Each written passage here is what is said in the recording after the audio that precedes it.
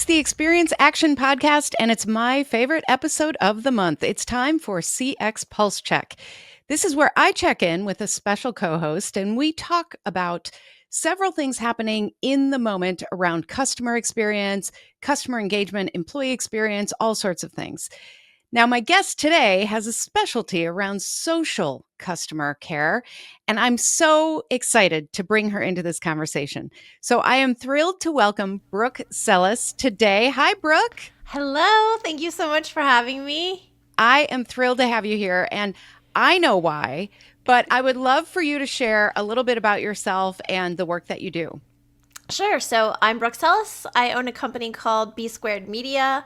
We do social media services, so social media management, paid media management, but our big service, which you know, is what we call social media customer care. And that's where we help our middle market to enterprise size brands with social selling and retaining their customers through their social channels. So Excellent. it's just like it sounds, like customer support, customer care, but on social. And you know what? It seems like we would have more discussions about this, right? Because it's everywhere. It's everywhere. And Literally. we as customers, we rely on this. Like when I have to actually pick up the phone, I'm kind of like, wait, what? Why do I have to do this? I say it all the time. I'm like, I don't pick up the phone. Maybe I'll email you, but I'll probably take to social because I know I'm going to Yep. get an answer there faster. So, Exactly. I know. And some of the social platforms I'm not even really active on anymore, but I still use to DM certain brands when I heck need yeah. things. That's a Yes. secret. Yes. It's a not so secret. Well, we have some good stuff to dive into today. And I loved kind of thinking through this differently because you and I were just talking a little bit before recording. And one of the things that we were saying was, there's all this talk right now about AI and the bots and the fear of the robots are coming and, all of those things. And yet at the end of the day, it feels like we all are still craving right now that human connection and Hmm. what that means. And so this first story is from one of my favorite sources, the Harvard Business Review. And the title is To Set Your Brand Apart, Create Moments of Shareable Joy.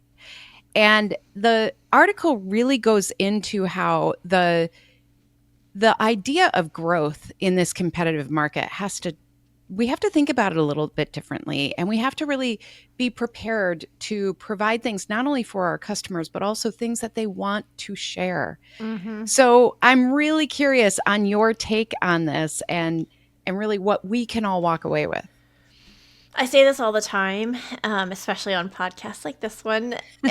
Content is the vehicle, emotion is the destination.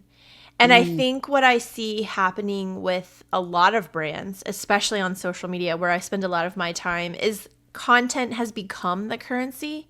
Not mhm, because it is the currency, but that's what brands want it to be and that's what they've made it. But that's not the currency. The currency is connection. And to get to that connection, your content has to create that joy. That's not only joy within yourself, but also, as the article points out, joy that is shareable, something that mhm. is so powerful that you want to share it. Or, in my opinion, sharing could also mean sharing your opinions and feelings on that theme of content or whatever it is. So Mhm. it really resonated with me, but I Yeah, don't think a lot of people think about it that way. I agree. I agree. And first of all, say that phrase one more time. Content is what. Content is the vehicle, emotion is the destination. Love that so much. And one of the things I pulled out from this article was this quote, and I'm reading so I get it right, but it says, build joy loops where the act of sharing is as rewarding as the product itself. Your most successful and least expensive ad campaign could be reposting when your product or service brought one of your customers joy. Yeah. I mean, and what I love about this too, and I think why it resonated with both of us so much, the mission of experienced investigators in my company has always been to create fewer ruined days for customers. Mm, And that sounds so simple, but the idea is sometimes just getting the basics is like, if you're not preventing someone from going on with their day, that's great. And if you can get to that level of joy, if you can get to something where they go, oh my gosh, this felt good, that's like next level. And that's Yeah. something that most organizations, frankly, cannot do unless they are super intentional. And that's why we're always talking about like defining your intentional success around customer experience. What does success look like for your customers and for your organization? Because if you don't have that intention, how can you create these joy loops that people are like, not only did I get this product, but look at what happened. Yeah. And it's just so, so cool. And I think there's that, it also creates that sense of community that we were just talking Yes. about. Yeah. I couldn't agree more. I think we're so focused in on clicks, right? And Mm-hmm. by the way, we're now living in a clickless world. So if you're Oh. still banking on clicks, you better find something else to take to the bank. We have bad news for you. Yeah. Oh, sorry. But I think what we don't look at in reference to this article, but also just in content being the vehicle for emotion, is where is your for us, because again we deal in social, where are you making people say thank you, or Mm-hmm. where are they giving you that digital smile, where are they taking those screenshots, right, when you share Yep. something? Those are all little like shareable moments of joy that we need to start thinking about as metrics, because now we know that we're moving the needle around emotion or joy or shareable joy. Mm-hmm. And then we can double down. We can't do anything with it if we're not measuring it. And so I think the first thing Yes. people need to do is to start to think about how to measure things like shareable joy. What does Yeah. that look like? Yeah. I love that. And I think it's such a challenging, creative, interesting question. And this is where I get excited about like, this is why AI can't take over the world, because we need humans to think like this and to connect emotions with what this all means and all of those things. Now, we can certainly get some help from AI, but I'm just saying, like, there is something so special about when humans are challenged with this type of thing that I really believe we're never going to lose that. But I could be naive. And when the robots take over, you know why maybe I didn't make it. No, you'll make it because you're nice, but we just, we might be like, I don't know, greasing the robot wheels or something. We'll have very specific jobs. Yeah. Yeah. Well, speaking of joy, one of the brands that really stood out for their social campaigns in the last, I would say probably couple of years, Oh yeah. is Duolingo, the language app that people love. And in this story, this is a little bit older than I usually do on pulse checks, but this pulse check, I should say, but this led me down a rabbit hole. And that's what I wanted to talk to you about. So this is from the Wall Street Journal.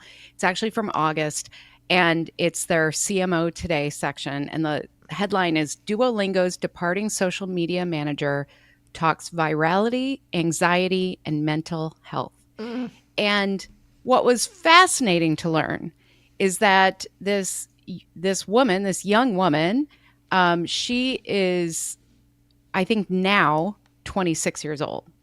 So that means that she was doing this in a time when, she was very young. And her name is Zaria Parvez. I wanted to make sure I looked that up. She's now head of social at DoorDash. So she left Duolingo, she went to DoorDash. The rabbit hole I went down was, first of all, learning about, the fact that she was pretty open about this is intense. Like, these jobs are super intense. Mm-hmm. And then when she went to DoorDash and I was looking at her LinkedIn profile and some of the stuff that she has out there, she's very honest. Like, the first month, she was kind of like, hey, this is what we're doing the first month. I'm trying stuff. I still don't know what I'm doing. And I think there's something to learn here because Duolingo did so many creative things. We've talked about them on CX Pulse Check, I think a few times. They've been talk worthy. They've That's been talk worthy. part of the Exactly. success. Yeah. And that was, in itself worth talking about. But now she's framing like both the jobs and also the transparency, the visibility around we don't always know what's going to work in social. Right. So what did you go down the same rabbit hole, first of all? I definitely went down a rabbit hole, but I think it was slightly different. Or maybe it's the same. I think we're going to come together on Yeah. this. But my thought was, gosh, we talk about customer care all the time, but Mhm. we very seldom talk about creator care. Oh, yeah. Right? Yeah. And that's what this is. We have to care for the people who are making those connection points on the brand side, the creators, just as much as we care for the customers because the ultimate goal is connection. And Right. we're hopefully taking care of our customers like crazy to help get to that connection. But I think in a lot of ways, we miss the inside. We miss taking care of, or that creator care to make sure that both sides are feeling comfortable and safe and vulnerable and willing to make those connections that we need to Yeah. happen. Well, and it brings me to kind of another side door here because one of the things I've talked about is this idea that as AI and chatbots and things start serving people, we're going to have more demand. And I was just on a leadership call last week, and one of the things that we talked about was how their contact center was not, I mean, think of these numbers. This is a huge global brand. They were deflecting 60% of what was coming into the contact center to automated methods, meaning you either got a chatbot or you got voice. You got voice recognition and a voice respondent as well, but it was all automated. So what that meant was all those like standard questions, FAQs and things like that. yeah, they Yeah. were all being handled. So then what was left was all like tier 2, tier 3 concerns. Mm-hmm. And they were finding that they could not find the right kind of mix of skills for who they used to hire. So now they're doing things like looking at people with engineering degrees, people with accounting degrees, people with MBAs to serve in the contact center because that's the level that we're getting to now. Yeah. And every time we talk about this, I always want to say we cannot forget what that does to somebody. When you're dealing with the gnarliest, like, right? Like the hardest things to solve, the Yeah. most emotional, because by the time they get Oh, to yeah. tier 2 and tier 3, people are already frustrated, Yeah. feeling hopeless. Maybe there's something really urgent. So if you're doing that type of work all day, that is not sustainable for anybody. So I think we have to think about this both as creator care and also the support people care. Like what are Oh, we yeah. doing? Yes. Yes. I was just watching oh my gosh, what's the movie about Tinder that just Oh, came out? Swipe something. oh, I haven't watched it yet, but now I want to. You've got to go watch it. It's really good. But also to your point, this is what I think we have failed to do as a society, really, and that is to take care of the support people. They Mhm. are your front line. They know Yeah. your customers inside and out, and yet they're usually the least educated, least paid people on Yes. the team, but they Yeah. hold the key to literally all of the voice of customer data that we're so, we all want it, we want it Obsessed with. all, right? We Yes. want it all. We're obsessed. We want it all. They have all of that, and yet we're going and spending bajillions of dollars on tools that'll maybe help us get there when you could just probably go ask your front line, Yeah. your support group, and Yeah. they would know. It's so true. It's Yeah. so true. And I think the whole idea of, to your point, like creator care is really important too. I've found, I mean, I run, a teeny company, but we do a lot of content and that's always been my MO. Like I've always that's how I started this company. I just started writing. Yeah. And now there's so much demand and there are so many places of both output for us and input that we have to Mm-hmm. manage Yes. that there are times I'm like, I have to call a timeout and be like, I'm not in the right frame of mind, right? Like I can't do it all the time. And so I think figuring out kind of how can we allow people, because everybody's different with this too. So how can we allow people to say, I need a timeout. I need to step away. I need to get some inspiration somewhere, like all of those things that are so important. Because when she talked about when this, the head of social at formerly Duolingo, in this article, she talks about like it was intense partially because there's also this internal stuff. You have to report your numbers. You have to talk to people and who might not understand that this is an experiment. that not Yes. everything's going to work. Yes. Yeah, I think we hear that all the time from our clients working in social is like everything is expected to be a huge win. Yeah. And we're like, no, no. Yeah. This is a total playground. This is a total experiment. This is an A/B test. This is a beta Yes. test, whatever it is. I think we put so much pressure on Hmm. creators and teams, especially content teams, to like see these giant wins. Hmm. Like think about the way you build relationships and you connect with people in real life. It's never just like a giant win. I don't meet Right. you and I'm like, "You're my new best friend. Come Well, over." You know. you know, I like to think so, but yeah. Well, maybe you have that natural ability, but I think most of us it comes in little like fits and starts, Yeah. right? It's not we have to look at the whole board. I think Hmm. we need to pull back a little bit and look at the whole board versus focusing in on like this one piece of content has got to make it for whatever the KPI is, you know. Right. Whatever the KPI is. Yeah, because who knows? It's That should be the different. quote of the episode. Um, so I will be watching Zaria Parvez because I think it's fascinating. I hope I'm saying her name right too, but uh, I think it's going to be fascinating to see if she's able to make that same magic at DoorDash because the Yeah, stakes are so high, the pressure's so high, and it's a different thing. Like people totally don't different. interact in the same way as they do with a Duolingo, but just the creativity that she showed that and the fact that she did earn the trust of the leaders who said, "Yeah, you can have the icon melt." Right? Like that Yes. they did that Yeah. once. They did all those crazy lights like in New York and Yes. stuff. So Yes.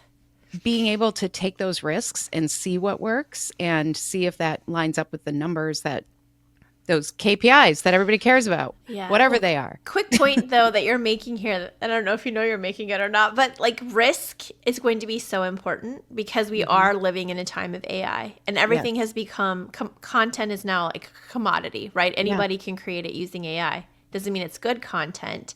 And so I think taking those risks Mhm. with creativity is going to be so important in the time of AI where everything is like kind of the sea of sameness. Yes. Yes. That's a great point that you just made. No, you were making it. Well, it's an interesting segue because this last one, it's a little outside of the content space and it's more about, everything is data driven, right? We Hmm. hear that all the time, all these data driven decisions. So Salesforce, which is this enormous company that has a zillion and a half customers and customers upon customers, they made a change because they saw something that they didn't think people were using anymore. And it Hmm. was a search bar on their site. And so they said, oh, well, we're going to replace that because now we have all these other options. People can find things different ways. And it didn't go exactly as they planned. So this is from CX Today. And the headline is Salesforce responds to user backlash over replacing help search with Agent Force. Now, Agent Force, for those of you who don't know, is their AI kind of functionality that helps with that. So what happened was they looked at their data and their data said something like only 1.6, I don't know the exact number right now, but they were, a very low amount of people were still using the search bar. Hmm. So they just took it away. Unceremoniously, they just took it away. And what happened in all their user forums, their feedback, all of it, there was a very passionate, vocal group who loved the search bar. So they literally had to backpedal and rethink it a little bit because if we had just gone with numbers, it seems like such a logical thing to do. But Yeah. when they did the logical thing, the vocal, passionate group showed up. And I think this goes back to the points that we've been making this whole episode, which is like it all comes back to emotion. It all comes back to humans and like understanding that they're not always going to go in lockstep with what the data says and all of those things. So, what did you think about this? Because I'm sure you see similar things Oh on my the social gosh. side. Yeah, it was 1.7%, which feels small, Yes. but that's actually a large group of people when you think about their customer base, Right. right?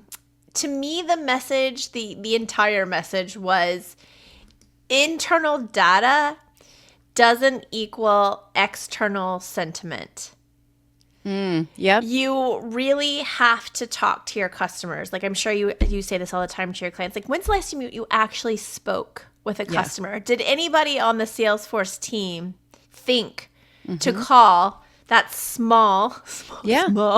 small group of 1.7% and just say, hey, we're going to talk to 50 people who Yeah. use it, and we're going to say usage is low. We're thinking about dismantling this service. Imagine them doing that, and perhaps getting all 50 people to say passionately, as they did, like bashing the company when it actually happened, just to say passionately, do not remove it. I love Yeah. it. This is how I use it, right? Yeah. And then could you turn that user generated content into education so that more of your user base started to use the function or the feature? Oh, that's interesting too. Yeah.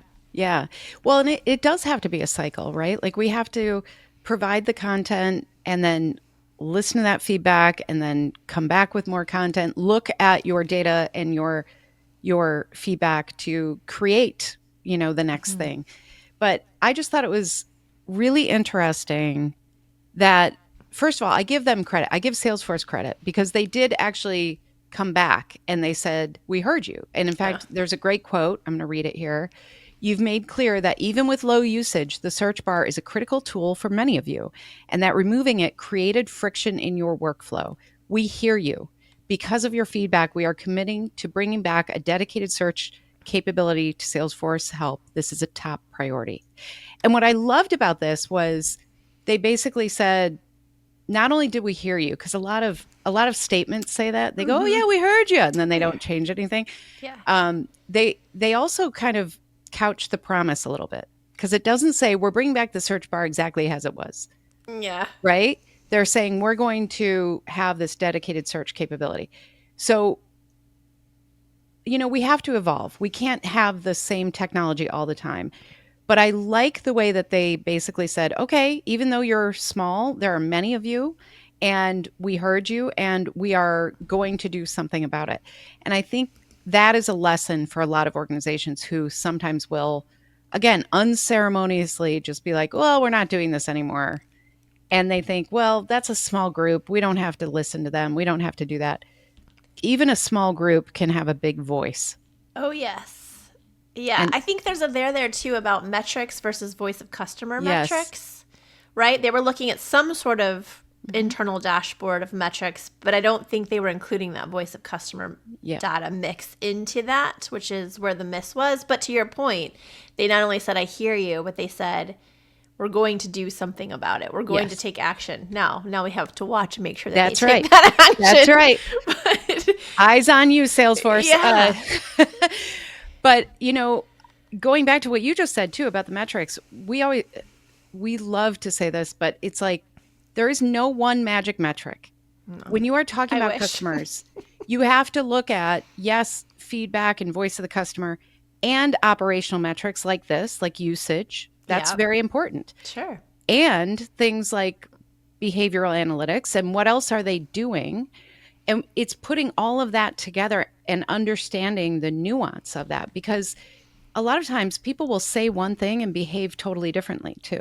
Yeah. So they might say, yeah, we don't need the search bar. But then if you look, yeah, a lot of people are still using it. So it's really important to kind of create that. I always think of it as a Venn diagram of, what building blocks do you have and what's in the middle that you can really rely on for this is how people actually feel and this is how they're behaving and this Hmm. is how we need to react. So, yeah, I totally agree with you on that. I love that you said nuance too, because if it were my project, I would want to talk to these people and find out how they're using it. It Right. reminds me of IKEA.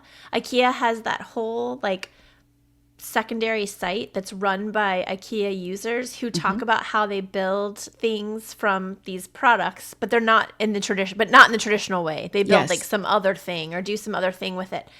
That could be what's happening with the search bar. Maybe they're not Hmm. using it traditionally, but if everybody Yeah, knew that they were using it in this cool, nuanced way, more people would adopt it. I don't know. that's To me, right. it just sounds like a fun area to dig Yeah. into.